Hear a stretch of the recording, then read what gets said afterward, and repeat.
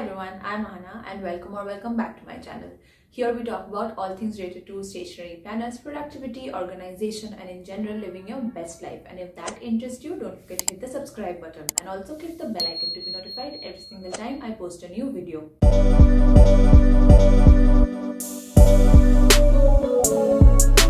Today we are talking about Ashneer Grover's Doglapan. Ashneer Grover became really popular after coming on Shark Tank season 1 and for his frank, brutally honest, but mostly practical opinions on the different businesses. But he was obviously already famous as the founder of BharatPe.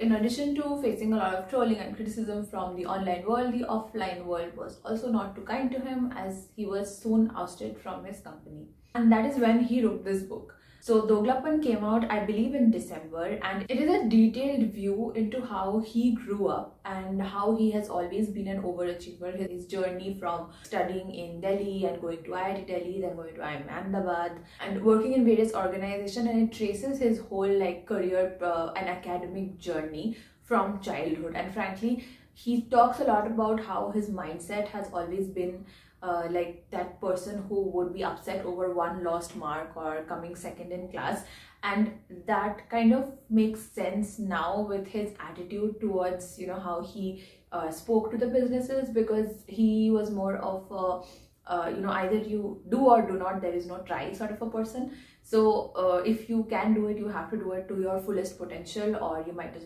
well not do it. Like for him, it seemed from the book that second place is as good as failing. So that's kind of what I gathered was his mindset growing up, and he has always strived for perfection and come pretty close to achieving it. He's from two of the best colleges of the country, so that is kind of testament to the fact that he's definitely a very intelligent person who tests well, and his approach worked for him in life. At least he has always been very ambitious but also quite unattached to things. So it seems like he has only been emotional towards one, his business, second, his wife. And his wife's angle in the book is really cute, and they have a very nice story around it. And I frankly liked how he introduced her and how she's been like this one rock in his life, and she's always tried to show him what the right path is, and he claims that she has better instincts even though he always doesn't act on them.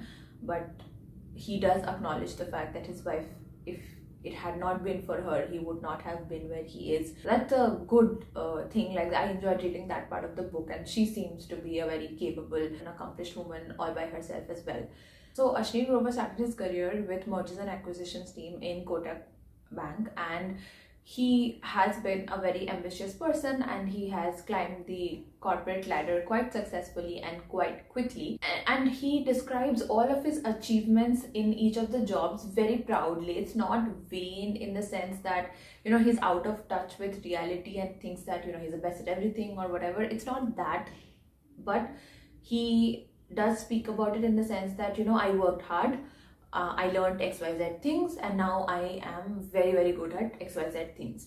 And I believe that sort of confidence comes from putting in that much effort and actually seeing the results of your effort, because clearly he was very successful in his corporate career and he did get rewarded for all of the things that he did. So that must have given him the confidence that he does know a lot more than his contemporaries. So that is the general tone of the book. Everywhere he has been very, very proud of all of his achievements, and I think that's a good takeaway for everyone out there. Like, if you have worked hard and you have gotten something which you definitely deserve, you should be really proud of it. And in general, the tone of the book is quite light and informal. Like, there are no unnecessary flares, there's no flowery language, it's just facts. And even when he's talking about different companies that he worked at, it's just like facts and figures, and this much equity, this much percentage, this is what my salary was, I made it from a X crore business to a Y crore business. Just like, kind of felt like reading his resume at one point. But yeah,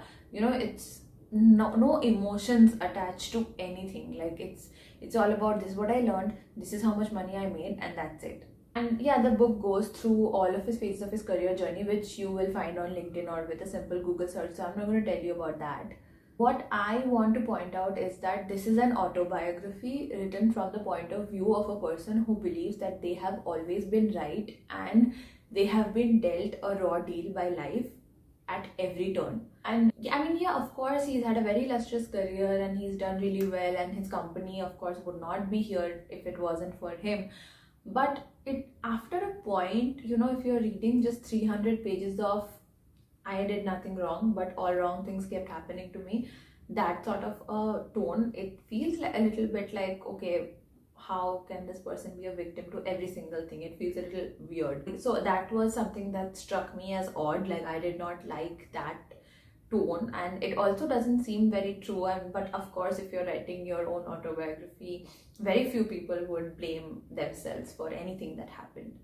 What I admire about Ashneer is that he appreciates the effort it takes to do hard things and it does not shy away from it. So throughout his life, it has been shown that he has taken all the necessary measures to work super hard and get to like the best level of whatever he can get to, right? So he has not compromised on the efforts at all. He has worked really hard and he's like proven himself time and again. Another thing that I noticed was the importance of networking, because he is from two of the best colleges in the country. It also seems like his network is made up of a lot of great influential people. So throughout the book, he kind of introduces people who are founders of quite popular startups as his seniors or juniors and batchmates, etc. So that sort of a network you would be only privy to having even if you attend institutes like that. If you are not in the premier institutes, it's very difficult for you to create some sort of a connection with these kind of people. So even when he was not in like a traditional job, it was still easier for him to have this sort of a connection outside with people who are at the top of the startup world, and he could get whatever guidance he needed, he could get whatever experience he wanted. I'm not saying it would be as easy as just like calling them and getting a job, but it's way simpler than someone who's not from these institutes. And also he kept in touch with a lot of people throughout his career, even when he wasn't directly working with them, and that benefited him a great deal because some of them became his angel investors when he started his own company. So I think this book gives a great lesson in the importance of networking.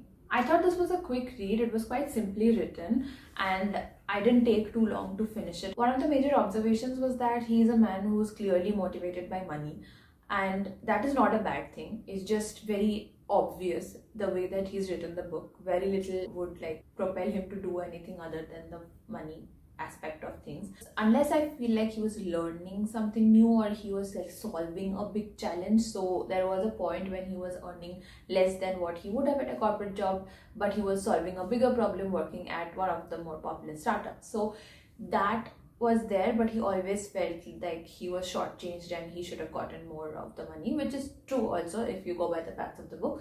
But yeah, that is something that I noticed. And I also feel like the timing of the book is a little suspicious because it came out in December and Shark Tank season 2 aired in January, and we all knew by then that he was not going to be a part of Shark Tank season 2. And it's really curious why he would want to release the book right now. But anyway, this book does not have any major information that you will not find with like a little bit of a extensive Google search or a LinkedIn search or something, or from some online interview. And if you don't want to know the reason behind why he is the way he is, you can go ahead and skip this one.